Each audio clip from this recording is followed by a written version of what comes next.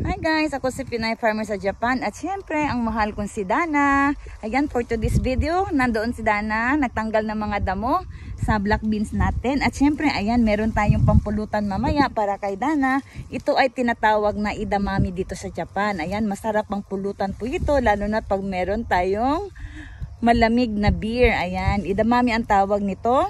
Ayan, kulay green.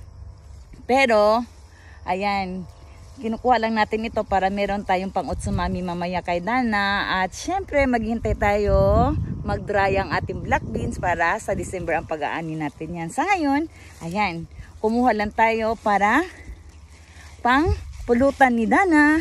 Ito madali lang naman to. Ayan, pakuluan lang po natin at ibabad natin sa asin, sa maalat na mainit na tubig, tapos palambutin lang natin ng konti. Ayan, mayroon na tayong masarap na pulutan. Ayan, tinawag